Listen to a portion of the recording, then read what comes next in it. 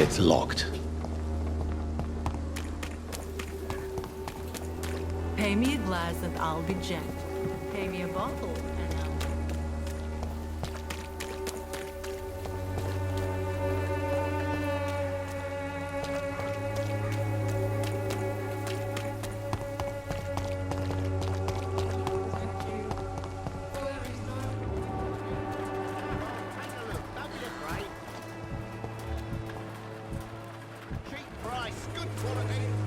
Imprisoned by your daily routine, unable to see the true horror around you. Good evening, Doctor. I heard you're investigating an underground medical dispensary in Whitechapel. What do you know about it? Not much, I'm afraid. They are wary of strangers, and I'm not really an acquaintance of theirs. Why do you care?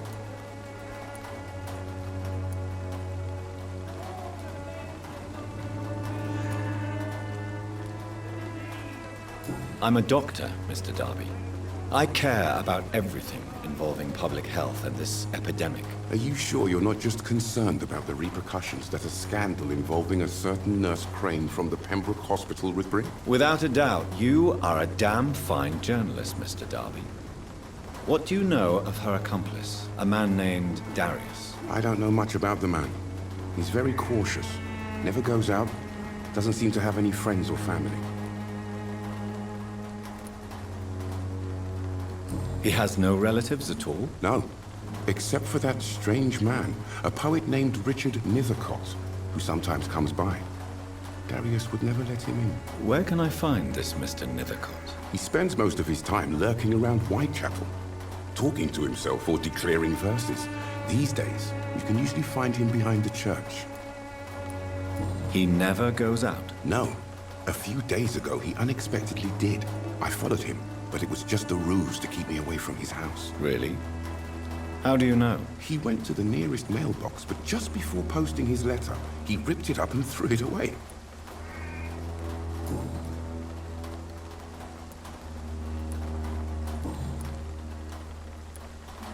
Christina Popper claims she sells her body because she can't find any other work.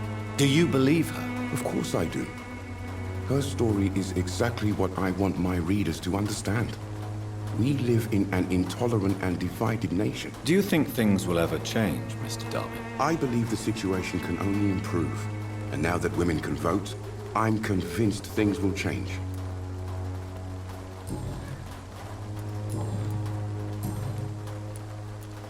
Goodbye, Mr. Darby. Farewell.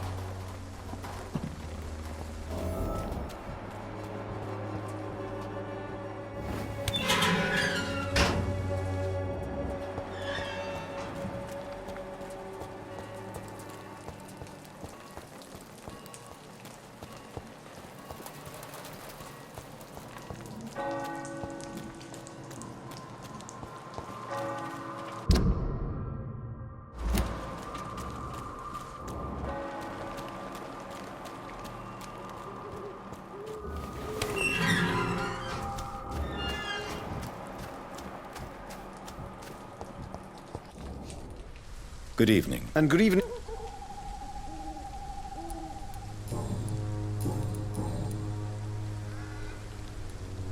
You don't really make a living from your scribblings, do you, Richard? No, sir, I don't. I work so hard. I put all my time, my energy, my devotion into the precise carving of words.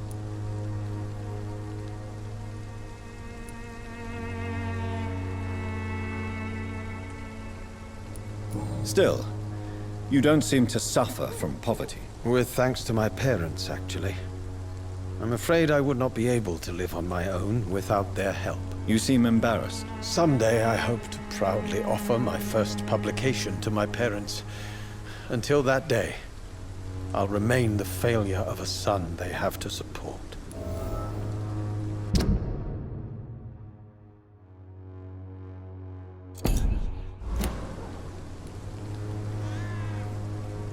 Tell me, Mr. Nethercott, The place is not... do you not think it a little morbid? On the contrary, sir. Whitechapel is full of life, full of beauty. Just like my dear muse, the wonderful Camellia. What can you tell me about Camellia? Not much, and that's the beauty of it. She can't speak, you know. She's a locked mystery who exhales kindness and sweetness.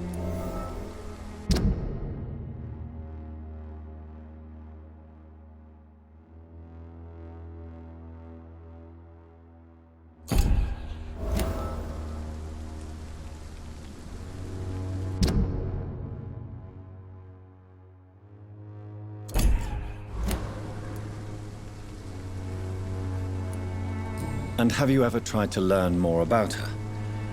Where she lives? How she survives? Whom she may know? Maybe I prefer she remains an enigma. Reality can be so dull, don't you think? Perhaps you're just afraid to find out the truth about your muse. One day, perhaps, I'll ask her to come with me. But will she still be my wild flower of Whitechapel if she moves uptown?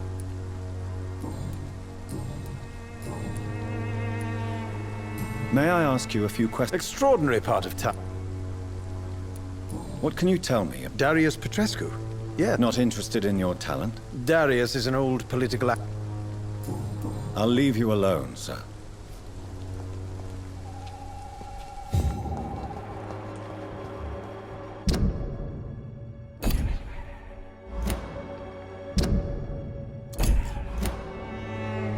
Some of us come to this world already touched by grace.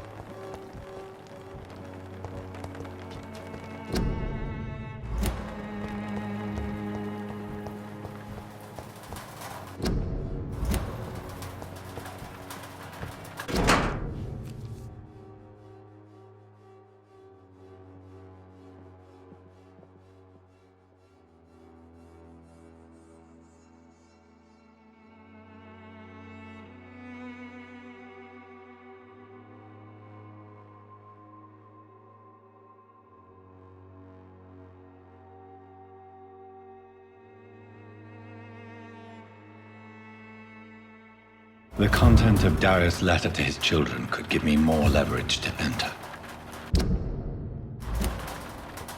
Darius is a bit less of a mystery now. It should not be that difficult to incite him to let me in.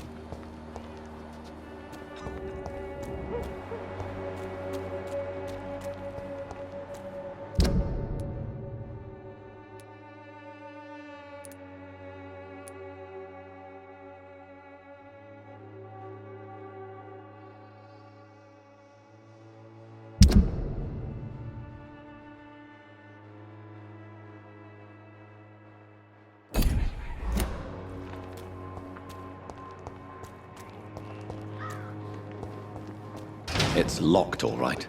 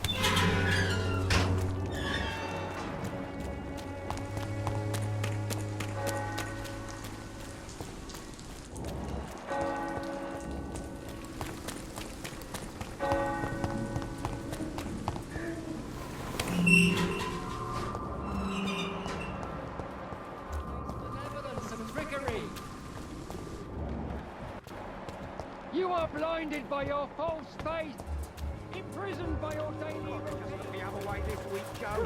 Come on, we can sort it out, right? It's not my call, Barrett. You pay one way or another. Good evening. Shane, Do you need any assistance? it depends on the...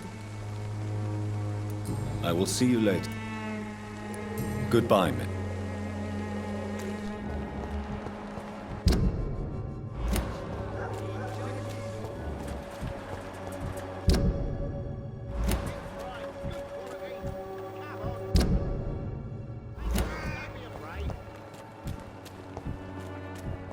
Cheap price, good quality. Come on, take a look. Don't be afraid.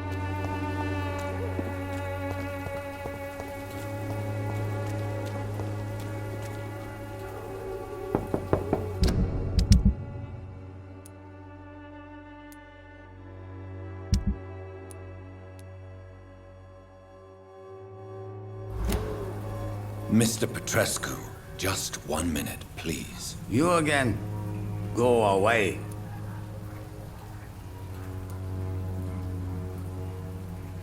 Sir, wait. Stop this nonsense. I know Nurse Crane is here. Shall we speak man to man, you and I? All right. Speak up. Don't you see we're on the same side? We fight to help the poor, sick, and abandoned. I'm nothing like you, Mr. Doctor. Yes, you are. You too believe in providing medical care without charge. You know what we have to sacrifice to make the world a better place. I have to admit your words have conviction. All right, I'll let you see, Dorothea. Don't make me regret this, though.